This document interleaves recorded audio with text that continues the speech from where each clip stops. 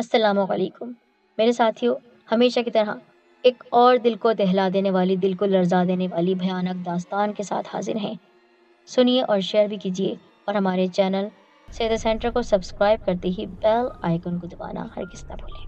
میں جب لبنہ کے گھر داخل ہوئی تو مجھے اپنی آنکھوں پر یقین نہیں آ رہا تھا۔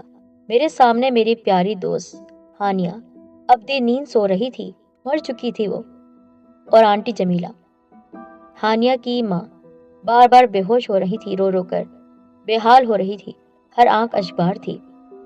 ہانیہ نے خودکشی کیوں کی تھی؟ کیوں؟ یہ سوال بار بار مجھے تنگ کر رہا تھا۔ اب اس دن تو میں نے پوچھا نہیں کیونکہ وہ سب ہوش میں نہیں تھے، مگر خاموش رہنے کے بعد جب سوئم والے دن میں آئی تو مجھ سے رہا نہ گیا۔ میں نے آنٹی سے پوچھا، آنٹی مجھے ہانیہ کی موت کا بہت افسوس ہے، مگر اس نے خودکشی کیوں کی؟ کیا وجہ تھی؟ کیا بتاؤں بیٹا، ہماری کم عقلی اور لالچ کی بھینٹ چڑھ گئی ہماری بیٹی۔ میری ہانیہ مر گئی بیٹا، میری ہانیہ مر گئی۔ آنٹی سنبھالیں خود کو پلیز۔ ہاں بیٹا، ہانیہ تو ہماری دنیا اندھیر کر کے چلی گئی۔ کاش میں اس کی بات کا یقین کر لیتی، مگر کیا مگر؟ آنٹی پلیز کچھ بتائیں تو، کیا ہوا؟ اس کو کیا ہوا تھا؟ میری بات سن کر وہ غموں سے چور ماں بتانے لگی، آج سے 25 دن پہلے تمہارے انکل یعنی ہانیہ کے باپ کی دکان پر ان کے ایک دوست کے ساتھ ایک بزرگ تھے۔ سلام دعا کے بعد سجاد نے انہیں چائے پانی کا پوچھا اور عزت کے ساتھ بٹھا دیا۔ کاروبار کیسا چل رہا ہے سجاد؟ اس بزرگ نے پوچھا۔ بس کیا بتاؤں، کام کرنے کو دل ہی نہیں کرتا، سارا دن گزر جاتا ہے، اکا دکا ہی گاہک آتے ہیں، گھر کے اخراجات بھی بڑھتے ہی جا رہے ہیں، بہت پریشان ہوں۔ اچھا پریشان نہ ہو، سمجھ لو کہ اللہ نے تمہارا مسئلہ حل کر دیا ہے، ان سے ملو۔ یہ ہے جناب بابا سائیں، ان کے پاس ہر مسئلے کا حل موجود ہے، بہت ہی بڑے پہنچے ہوئے بزرگ ہیں۔ میری بھی 2-3 خواہشات پوری کی ہیں، میرے مسئلوں کو حل کیا ہے، ان کی دعا اور تعویذات سے تمام مسئلے حل ہو جاتے ہیں۔ اچھا تو پھر بابا جی آپ دیکھیے نا، میرا کام، میرا کاروبار اتنا خراب کیوں چل رہا ہے؟ ہر وقت مالی پریشانیاں گھیرے رہتی ہیں، کچھ سمجھ میں نہیں آتا۔ کوئی بات نہیں بیٹا، پریشان نہ ہو۔ بابا نے ہاتھ میں تسبیح پکڑی ہوئی تھی اور کاندھے میں ایک چھوٹا سا بیگ تھا جس میں انہوں نے اپنی تعویذات کی کتابیں رکھی ہوئی تھی۔ سجاد نے دکان بند کی، عارف کا شکریہ ادا کیا کہ اس نے سجاد کا مسئلہ حل کرنے کا سوچا ہے، اور بابا کو لے کر گھر پہنچا۔ دروازے پر دستک دی، دروازہ ہانیہ نے ہی کھولا۔ اس بابا نے جب ہانیہ کو دیکھا تو دیکھتا ہی رہ گیا۔ خوبصورت، طراز قد، 17 سالہ میری بیٹی اتنی حسین اور معصوم تھی کہ جو دیکھتا ہی دیکھتا رہ جاتا۔ ہانیہ کے حسن کو دیکھتے ہی اس بابا کی نیت میں بھی کھوٹ آ گیا۔ سجاد نے مجھے اس بابا کے بارے میں بتایا تو مجھے بہت ہی برا لگا۔ میں نہیں چاہتی تھی کہ وہ ہمارے گھر میں آئے، لیکن میرے شوہر پر تو نہ جانے کس بات کا جادو ہو گیا تھا، نہ جانے وہ انسان تھا بھی یا نہیں۔ بس جو بھی تھا، ایک ماں ہونے کی حیثیت سے مجھے کچھ بھی اچھا نہیں لگ رہا تھا۔ پھر اس بابا نے ایک کاغذ پر کچھ آڑی ترچھی لکیریں کھینچی اور سجاد سے کہا، آپ کے گھر پر کاروبار بند کرنے کے لیے کسی نے جنات کو بھیجا ہوا ہے، یعنی آپ کے گھر میں اثرات ہیں۔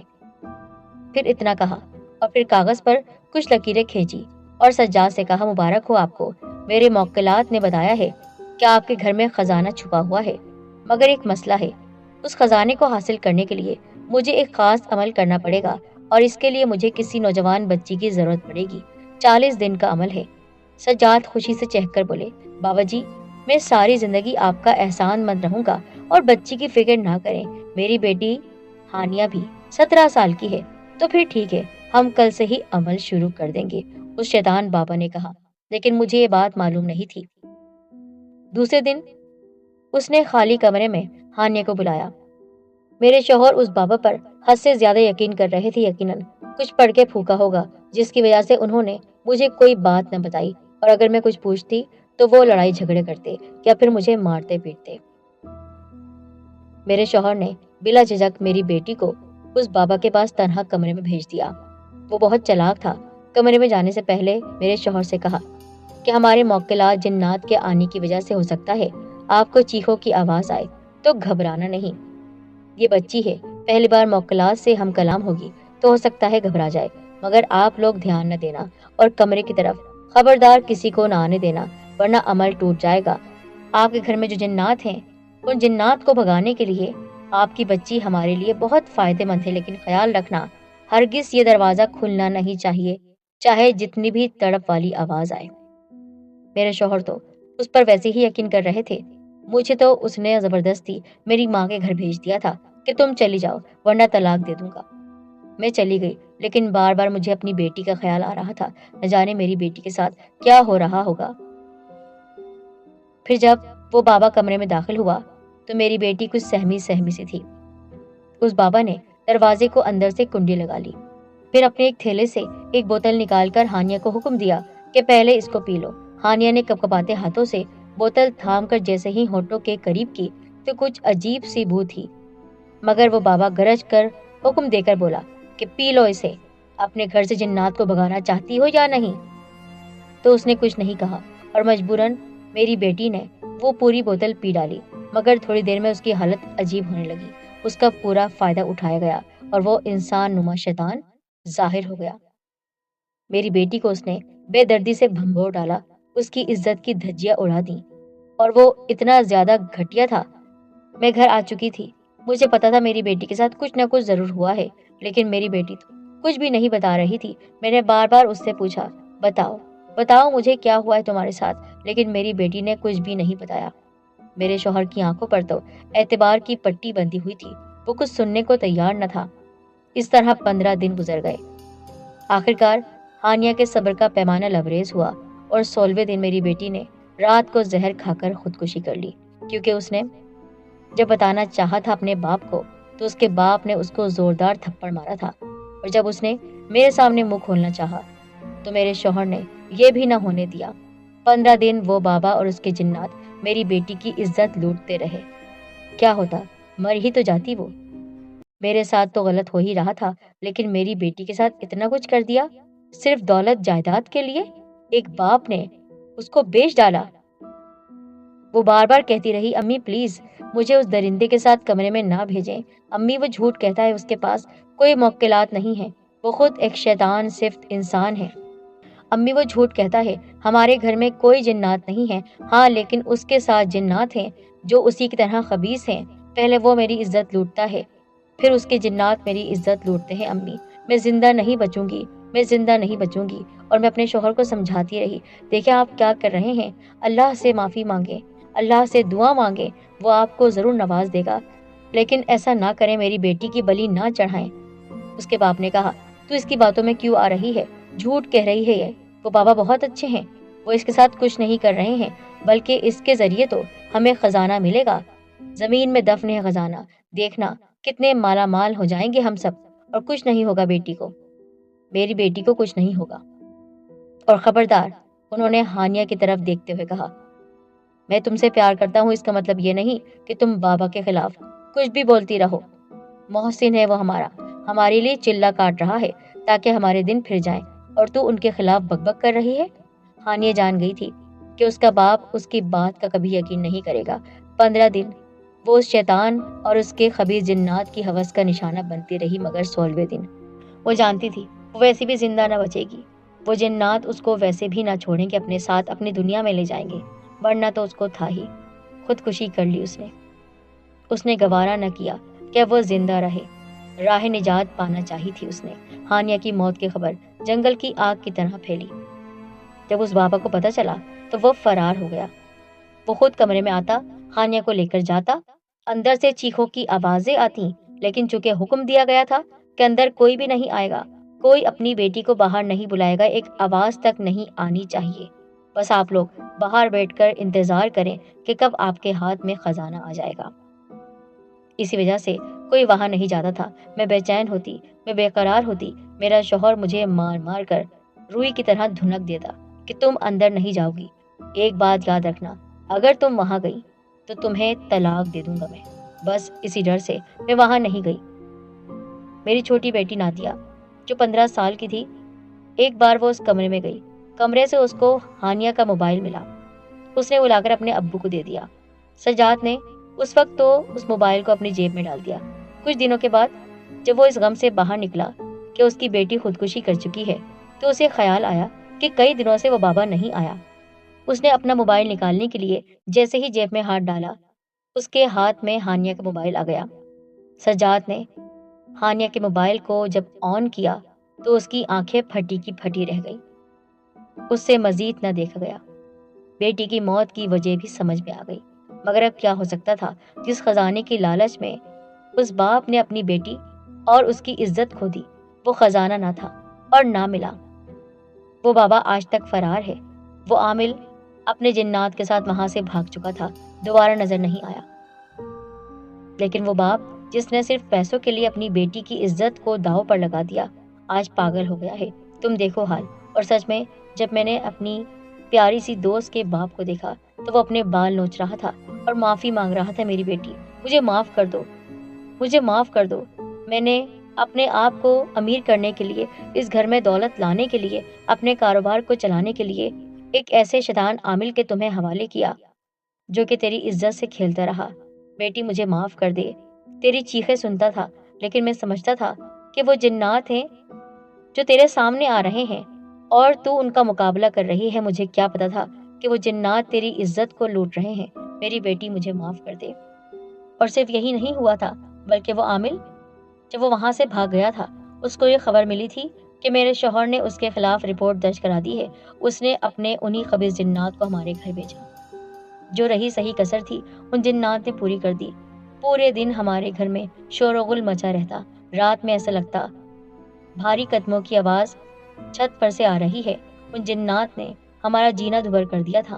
پھر ہمیں آوازیں آتی، مار ڈالیں گے تم سب کو، مار ڈالیں گے، تمہاری بیٹی کو بھی مار دیا، تم سب بھی مرو گے، ہمارے خلاف بولو گے، ہمارے خلاف۔ ایک دن اس عامل بابا کی بھی آواز آئی تھی، کہہ رہا تھا مجھے کوئی نہیں پکڑ سکتا ہے، کوئی بھی نہیں، کیونکہ میں جنات کے ساتھ ہوں۔ یہ جنات مجھے ہر جگہ لے کر جا سکتے ہیں، جاؤ جو کرنا چاہتے ہو کر لو۔ لیکن اب وہ باپ ہی پاگل ہو گیا ہے۔ بتاؤ بیٹی اب میں کیا کروں؟ میں نے کہا آنٹی یہ تو بہت برا ہوا ہے، آپ ماں تھیں، بے شک آپ کے شوہر نے آپ کو طلاق دینے کی دھمکی دی تھی، لیکن چھوڑا تو نہیں تھا، وہ صرف دھمکی دے رہے تھے تاکہ آپ ڈر جائیں، لیکن آپ کو اپنی بیٹی کی عزت بچانی چاہیے تھی۔ بے شک طلاق لے کر، خلا لے کر آپ اس کو اور خود کو زندگی کے ان دکھوں سے آزاد کروا سکتی تھیں۔ آپ اپنا اور اپنی بیٹی کا پیٹ پال سکتی تھیں۔ وہ اتنی قابل لڑکی تھی، وہ خود آپ کا خیال رکھتی، لیکن آپ نے صرف اپنے گھر کو اجڑتا ہوا دیکھا، یہ نہیں دیکھا کہ آپ کی بیٹی کی عزت اجڑ رہی ہے۔ بیٹی میں کیا کروں؟ بس میں ڈر گئی تھی۔ مجھے اپنی دوسری بیٹی کا بھی خیال تھا، آپ کو اس چھوٹی بیٹی کا خیال تھا، لیکن بڑی بیٹی کے ساتھ کیا ہوا؟ آپ نے کبھی اس درد کو محسوس کیا؟ اور آپ لوگ اتنے ڈرپوک ہیں، آپ کی بیٹی مر گئی، لیکن آپ نے یہ نہ سوچا کم از کم اس شیطان کو پکڑ کر، اس کو مار کر آپ اپنی بیٹی کی موت کا بدلہ لے سکتے ہیں، لیکن وہ ہمارے ہاتھ میں نہیں آ سکتا ہے۔ اس نے خود کہا ہے میں کسی کے چنگل میں نہیں آ سکتا ہوں، میں آتا ہوں اور سب کو تباہ کر کے چلا جاتا ہوں۔ وہ شیطان عامل ہے، شیطان عامل، شیطان جنات ہیں اس کے ساتھ۔ آنٹی آپ کی باتیں سن کر مجھے تو ایسا لگتا ہے کہ آپ کو اپنی بیٹی کے مرنے کا کوئی دکھ نہیں ہے۔ آپ کا شوہر تو پاگل ہو گیا ہے، لیکن آپ تو صحیح سلامت ہیں، ہوش و حواس میں ہیں۔ آپ کو کیا اس بات کی فکر نہیں ہے کہ اس شیطان سے اور لڑکیوں کو بچانا ہے؟ نہ جانے کتنے گھروں کو وہ تباہ کرے گا، نہ جانے اس کے جنات کتنے گھروں کو تہس نہس کر کے رکھ دیں گے۔ دولت تو کیا خاک ملے گی، عزت کی دولت سے بھی آپ لوگ محروم ہو جائیں گے۔ آپ تو ہو ہی چکے ہیں، باقی اور گھروں کو بچا لیں، کم از کم آپ کی بیٹی کی روح تو سکون میں آ جائے گی۔ آنٹی نے کہا بتاؤ بیٹا کیا کرنا ہے، میں تمہارا ساتھ دوں گی، بس آپ مجھے اس کمرے میں لے چلیے۔ میں اس کمرے میں گئی۔ وہ کمرہ بہت ہی گندا ہو رہا تھا، ایسا لگ رہا تھا کہ وہاں پر سچ میں ناپاک کھیل کھیلا گیا ہے۔ میرے ایک دور کے چاچا جو ہمارے شہر میں نہیں رہتے تھے، میں نے سوچ لیا تھا کہ ان سے اس مسئلے کا حل نکلواؤں گی۔ میں نے اسی وقت ان سے بات کی۔ میں نے کہا چاچا میری دوست نے خودکشی کر لی ہے، اور پھر سارا واقعہ، پورا ماجرا ان کو سنا دیا۔ ان کو بہت افسوس ہوا۔ انہوں نے کہا اگر یہ بات پہلے مجھے معلوم ہو جاتی تو نوبت یہاں تک نہ پہنچتی۔ خیر، قدرت نے جو کچھ لکھا ہے اسی طرح ہونا ہی ہے۔ انسان کو جس طرح اس دنیا سے جانا ہے ویسے ہی اس کو جانا پڑتا ہے۔ خیر، اب حل یہ ہے کہ اس جعلی عامل کو اور اس کے شیطان جنات کو پکڑنا ہمارا مقصد ہے۔ تم نے بس مجھے یہ بات بتانی ہے کہ اس کمرے میں اور کیا کیا چیزیں رکھی ہوئی ہیں، مثلاً اس عامل کی چھوڑی ہوئی کوئی چیز موجود ہے؟ میں نے چاروں طرف دیکھا، مجھے وہاں پر ایک دھاگا نظر آیا، میں نے کہا ایک لال رنگ کا دھاگا پڑا ہوا ہے جس سے دائرہ بنایا گیا ہے۔ انہوں نے کہا اس کو ہاتھ نہیں لگانا، بس مجھے وہیں آ کر عمل کرنا ہوگا۔ وہ عامل خود بخود اس گھر میں آ جائے گا، اس کے جنات سمیت۔ میں نے کہا چاچا کیا ایسا ہو سکتا ہے؟